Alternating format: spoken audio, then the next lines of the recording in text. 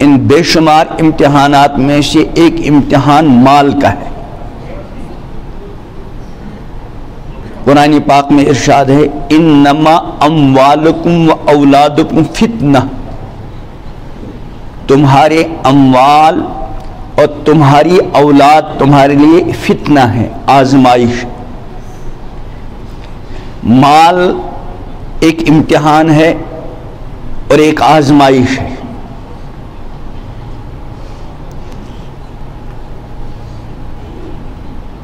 اس میں کئی انداز سے امتحان ہے۔ ایک امتحان یہ بھی ہے کہ انسان کہیں مال کمانے کو اور مال کے حاصل کرنے کو زندگی کا مقصد تو نہیں سمجھے گا۔ اگر کسی انسان نے مال کو زندگی کا مقصد سمجھ لیا، پھر چاہے وہ حلال طریقے سے ہی کیوں نہ کمائے، تو اس مال کے امتحان میں وہ ناکام ہو گیا۔ ابھی میں نے حدیث پڑھی جس کا دوسرا حصہ کیا ہے کہ من طلب الدنیا حلالا، جس نے حلال طریقے سے ہی کمایا لیکن کما کیوں رہا؟ مکاسرن، اپنا مال بڑھانے کے لیے رات دن لگا ہوا ہے، گویا کہ وہ مال کے حاصل کرنے کو اور مال کے بڑھانے کو اپنی زندگی کا مقصد بنائے ہوئے ہیں، تو چاہیے حلال بھی کما رہا ہے پھر بھی اس مال کے امتحان میں ناکام۔ اور ایک اور امتحان ہے کہ انسان مال کمانے میں حلال اور حرام کا لحاظ نہیں رکھتا، یہ بھی بہت سخت امتحان ہے۔ اور خاص کر آج کل کے دور میں بعض حرام کمائیاں ایسی ہوتی ہیں کہ انسان حرام کمائی کے اندر مبتلا ہو گیا لیکن اس کو اپنی جگہ یہ احساس ہے کہ میں حرام طریقے سے کما رہا ہوں، وہ بیچارہ پریشان ہے۔ فکر ابھی کی بات ہے، چند دن پہلے میں کہیں گیا تھا تو ایک نوجوان آئے، سلام مصافحہ ہوا، تو میں کبھی پوچھتا ہوں کیا کرتے ہو، وہ فوراً رونے لگا اور پھر اپنا روزگار بتایا کہ جو ٹھیک نہیں تھا، تو وہ رونے لگا۔ تو اس کا یہ رونا اس بات کی علامت ہے کہ اس کو اس کا احساس ہے کہ میں جس طریقے سے حرام مال کما رہا ہوں اور جو میں ملازمت اختیار کر رہا ہوں یہ میرے لیے آخرت کے اعتبار سے ٹھیک نہیں۔ وہ بے چین تھا اور اس تلاش میں تھا کہ اللہ تعالیٰ مجھ کو کوئی دوسرا حلال روزگار عطا کرے۔ تو بعض حرام ذرائع آمدن ایسے ہوتے ہیں کہ ان ذرائع کے ذریعے سے مال حاصل کرنے والے اور کمانے والے کو یہ احساس ہوتا ہے کہ میں نے غلط کر رہا ہوں، اور اس کے اندر ندامت ہوتی ہے، شرمندگی ہوتی ہے، اور اس کے اندر احساس ہوتا ہے، وہ اندر اندر کڑتا ہے، وہ اللہ سے رو رو کے مانگتا ہے، وہ دوسروں سے دعائیں کراتا ہے کہ کسی طریقے سے مجھ کو اس سے نجات مل جائے اور مجھے اللہ کوئی حلال روزگار عطا کرے۔ یہ حال بہت سارے اور گناہوں کا بھی ہے کہ بعض گناہ ایسے ہوتے ہیں کہ ان گناہوں کے اندر مبتلا انسان کو اس بات کا احساس ہوتا ہے کہ میں گناہ کر رہا ہوں، وہ اندر سے بے چین ہے لیکن نفس و شیطان کے بہکاوے میں آ رہا ہے گناہ، لیکن اندر سے بے چین ہے۔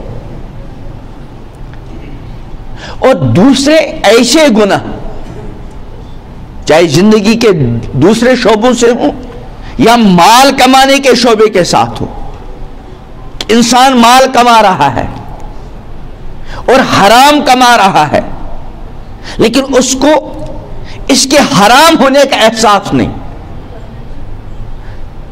اور ندامت اور شرمندگی کے بجائے فخر ہے اس کو حاصل کہ میں نے اتنا کمایا۔ پہلے زمانے میں جوئے کے مخصوص طریقے تھے لیکن آج جوئے کی بہت ساری شکلیں بنی ہوئی، آن لائن جوا، جو اب اچھے سے اچھے لوگ اس آن لائن جوئے کے جرم میں مبتلا ہیں، لیکن بعض مرتبہ احساس نہیں ہوتا. ابھی کچھ عرصے پہ چند دن پہلے کی بات ہے، اب وہ نیٹ پہ آیا ہے کہ کسی غریب نے اس آن لائن جوئے کے ذریعے کروڑوں کمائے. اب پتہ نہیں کن کن لوگوں کے منہ میں پانی آ گیا. یاد رکھیں یہ جوا ہے، اور ایسا جوا ہے کہ بعض مرتبہ انسان کو اس کا احساس نہیں ہوتا کہ میں جوے کے جرم میں مبتلا ہوں، جبکہ قرآن پاک نے ایمان والوں کو حکم دیا کہ یا ایھا الذین آمنوا انما الخمر والمیسر، کہ جوا اور شراب کے اندر ساری نشہ آور چیزیں آ گئی. اب یہ الگ مسئلہ ہے کہ کون سی شراب پر اور کون سے نشہ آور چیز پر حد جاری ہوگی. بعض ائمہ کا اختلاف ہوتا ہے بعض مسائل میں، تو ہم غلط فہمی میں مبتلا ہو جاتے ہیں کہ اس شراب کے پینے پر یا فلاں نشہ آور چیز کے استعمال پر فلاں امام کے نزدیک حد لازم نہیں ہے. تو حد لازم نہ ہونے سے اس کا جرم نہ ہونا ثابت نہیں ہوتا، کیونکہ حدود کے بارے میں امام الانبیاء حضرت محمد عربی علیہ السلام کا فرمان ہے ادرؤوا الحدود بالشبہات، کہ حد کو ذرا سے شبہ کی وجہ سے ٹال دو. خدا نہ خواستہ کسی نے بدکاری کی تہمت لگائی، اس کے لیے شریعت نے اس جرم کو ثابت کرنے کے لیے بڑی کڑی شرائط لگائی ہے. تو اگر وہ شرائط پائی گئی، گواہوں کی وہ مخصوص تعداد پائی گئی تو حد لگ جائے گی، نہیں تو حد نہیں لگے گی. لیکن اس کا یہ مطلب نہیں ہے کہ اگر اس جرم کے اندر مبتلا انسان پر حد نہیں لگی تو اس کا یہ مطلب نہیں کہ وہ مجرم ہے، وہ بدکاری کے جرم میں مبتلا ہے. تو بہرحال شراب اور جوئے اور بتوں کے سلسلے کو، اور ایسے ہی اس زمانے میں جو مخصوص انداز سے تیر اندازوں کے ذریعے قرآن اندازی کی تیروں کے ذریعے قرآن اندازی کی جاتی اور مال حاصل کیا جاتا، قرآن نے فرمایا یہ سارے کے سارے رجسن، گندگی ہیں، من عمل الشیطان، شیطان کا عمل ہے، فاجتنبوا، ان سے بچو، لعلکم تفلحون، تاکہ تم کامیاب ہو جاؤ. یہ جو دنیا کا امتحان چل رہا ہے،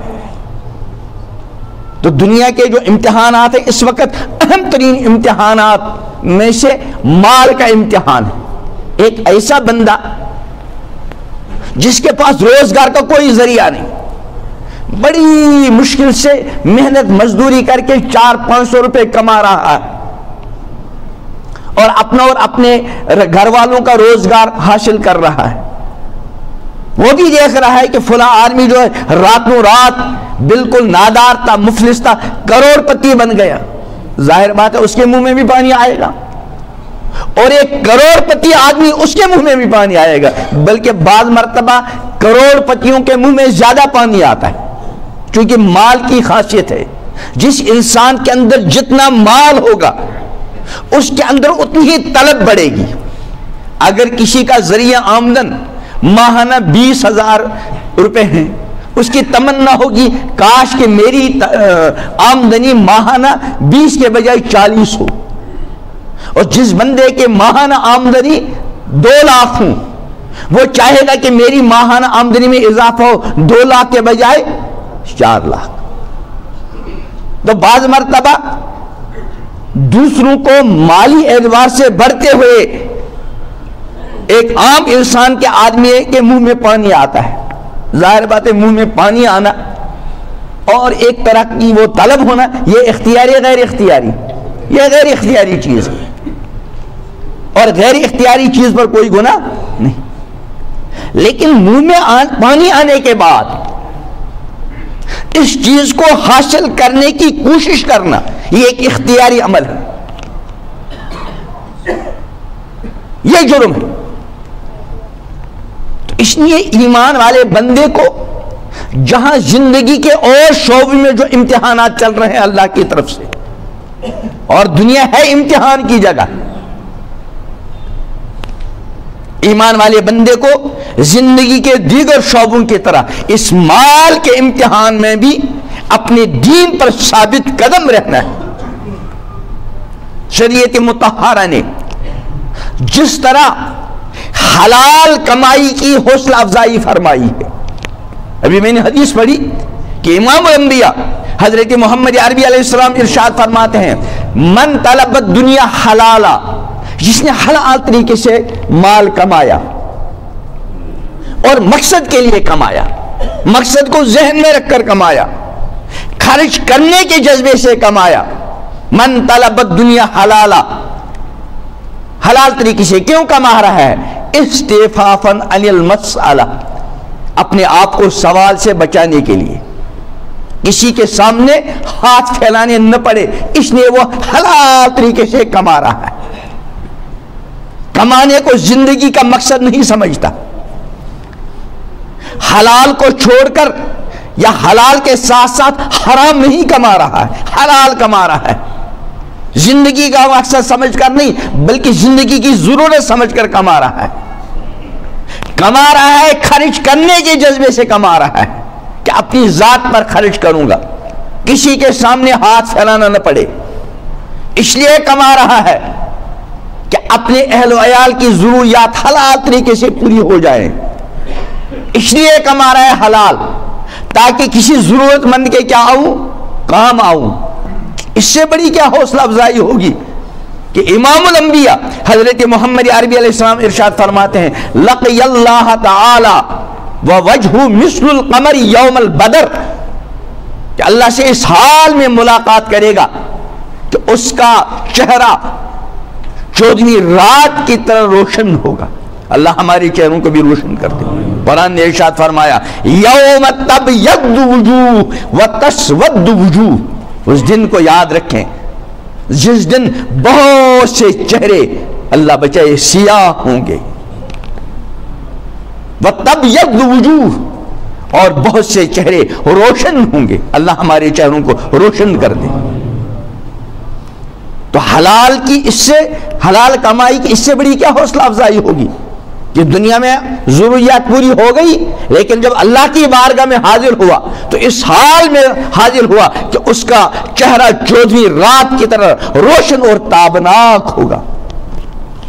اس کے برعکس ومن طلب الدنیا حلالا، جس نے حلال طریقے سے کمایا لیکن کمائی کو اور مال کے کمانے کو زندگی کی ضرورت سمجھنے کے بجائے اس کو زندگی کا مقصد گویا کہ عملاً بنا لیا ہے، رات دن مال کے کمانے میں لگا ہوا ہے اور دکھلانے کے لیے کما رہا ہے کہ لوگ سب دیکھیں کہ بہت بڑا مالدار ہے، مفاخرن دوسروں پر فخر کرنے کے لیے۔ لقی اللہ تعالی، اللہ سے ملاقات کرے گا اس حال میں کہ وہ علی غضبان، اللہ اس پر غضبناک ہوں گے۔ حلال کما رہا ہے لیکن مقصد سمجھ کر، جب حلال کمانے پر یہ حال ہے تو جب انسان حرام کمائی کے اندر مبتلا ہو، اور حرام کمائی بھی ایسی کہ انسان اس کو حرام سمجھ ہی نہیں رہا۔ کتنے نوجوان اور کتنے اچھے اچھے لوگ بظاہر جو آن لائن جوئے کے بدترین جرم کے اندر مبتلا ہیں اور احساس بھی نہیں۔ اور یاد رکھیں یہ جو تھوڑا بہت ملتا ہے چاہے کروڑوں ملا، یہ انسانیت کا خون چوس کر اس میں سے تھوڑا سا دے دیا۔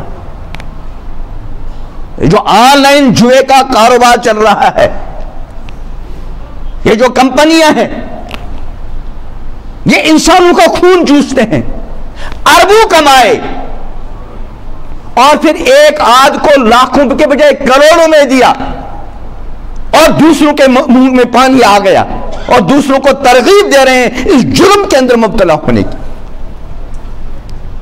ایک ایمان والا بندہ اس بات کو گوارا کر سکتا ہے اور گوارا کر لے کہ اگر مجھے دن میں 2 مرتبہ کھانے کے بجائے 1 مرتبہ کھانے کو مل جائے میں وہ برداشت کروں گا، لیکن حرام کے قریب نہیں جاؤں گا۔ ایمان والا اور حرام کمائی اس کا کوئی جوڑ نہیں۔ اسی لیے امام الانبیاء حضرت محمد عربی صلی اللہ علیہ وسلم کا فرمان ہے کہ جو جسم حرام کھا کر پرورش پائے وہ جہنم کے لائق۔ اور پھر یاد رکھیں، کتنا بھی انسان دنیا میں مال دولت کے اندر آگے بڑھتا ہو، یہ ایک امتحان ہے۔ ایک ہے مال برائے استعمال اور ایک ہے مال برائے امتحان۔ مال برائے استعمال جو ہے وہ اللہ کی طرف سے متعین شدہ معاملہ ہے، جیسے حدیث میں اس سے پہلے بھی بار بار عرض کیا گیا کہ بندہ جب ماں کے پیٹ میں ہوتا ہے، انسان ابھی اس کو دنیا میں چند مہینے آنے باقی ہوتے ہیں، تو رب العالمین فرشتوں کے ذریعے اس کے بارے میں کچھ چیزوں کو لکھواتے ہیں۔ ایک اس کی زندگی عمر کتنی ملی وہ پہلے سے طے ہے، جس کو میں اپنے الفاظ میں سمجھانے کے لیے ویزا سے تعبیر کرتا ہوں۔ گویا کہ دنیا میں آنے سے چند ماہ پہلے اس دنیا میں آنے والے انسان کے لیے دنیا میں رہنے کے لیے ویزا متعین کیا جاتا ہے، اور ایسا نازک ویزا کہ جس کو ویزا میں دنیا میں بھیجا گا اس کو پتہ ہی نہیں میری زندگی کا ویزا کتنا ہے۔ آپ میں سے کوئی جان کہہ سکتا ہے؟ کبھی بھی ختم ہو سکتا ہے، اور اس کے ختم کا وقت طے ہے پہلے سے، اور اس ویزا میں کسی طریقے کا کوئی حذف اضافہ اور کمی بیشی نہیں۔ اور جب زندگی کا ویزا ایک مرتبہ ختم ہو گیا اور اس دنیا کے امتحان گاہ سے انسان چلا گیا، اب دوبارہ اس دنیا میں آنے کے لیے اس کو دوبارہ ویزا نہیں مل سکتا۔ ایک تو اس کی عمر متعین کی جاتی ہے، اور یہ بھی متعین کیا جاتا ہے یہ انسان دنیا میں کتنا کھائے گا اور پیے گا۔ جتنا وہاں طے ہوا واللہ ثم واللہ، نہ اس سے کم کھائے گا اور نہ اس سے زیادہ کھائے گا۔ ٹھیک ہے، ایک آدمی کروڑ پتی بجائے ارب پتی کھرب پتی ہے، جتنا وہاں طے ہوا واللہ ثم واللہ اس سے زیادہ نہیں کھائے گا۔ یہ ایک کروڑوں اور اربوں اور کھربوں کمایا، یہ اس کے لیے امتحان ہے اور بڑا سخت امتحان ہے، اور اس مال کے امتحان میں کامیاب نکلنے والے کم اور ناکام ہونے والے زیادہ۔ اسی لیے تو امام الانبیاء حضرت محمد عربی علیہ السلام کا فرمان ہے واللہ للفقر اخشى علیکم، ہے میرے امتیوں میں قسم کھا کر کہتا ہوں کہ میں تم پر فقر فاقے کا اندیشہ نہیں کرتا، ولیکن اخشى ان تبسط علیکم الدنیا، اس بات کا مجھے خطرہ ہے کہ تم پر دنیا کی فراوانی نہ ہو، کما بسطت علی من کان قبلکم، جیسے کہ پہلے لوگوں پر دنیا کی فراوانی اور کشادگی ہوئی۔ پھر کیا ہوگا؟ فرمایا ہوگا کیا؟ فتنافسوها کما تنافسوها، جیسے ان میں کے اندر مقابلہ آ رہی، ایک دوسرے سے آگے بڑھنے کا جذبہ، مجھے خطرہ تم میں بھی یہی نہ ہو۔ جیسے ابھی ایک آدمی نے کروڑوں کمائے، لاکھوں لوگوں کے منہ میں پانی آ گیا اور آگے بڑھنے کا جذبہ پیدا ہو گیا۔ پھر کیا ہوگا؟ فرمایا پھر کیا ہوگا؟ فَتُهْلِكَكُمْ كَمَا أَهْلَكَتْهُمْ، جیسے ان کو ہلاک کیا تم کو بھی ہلاک کرے گا۔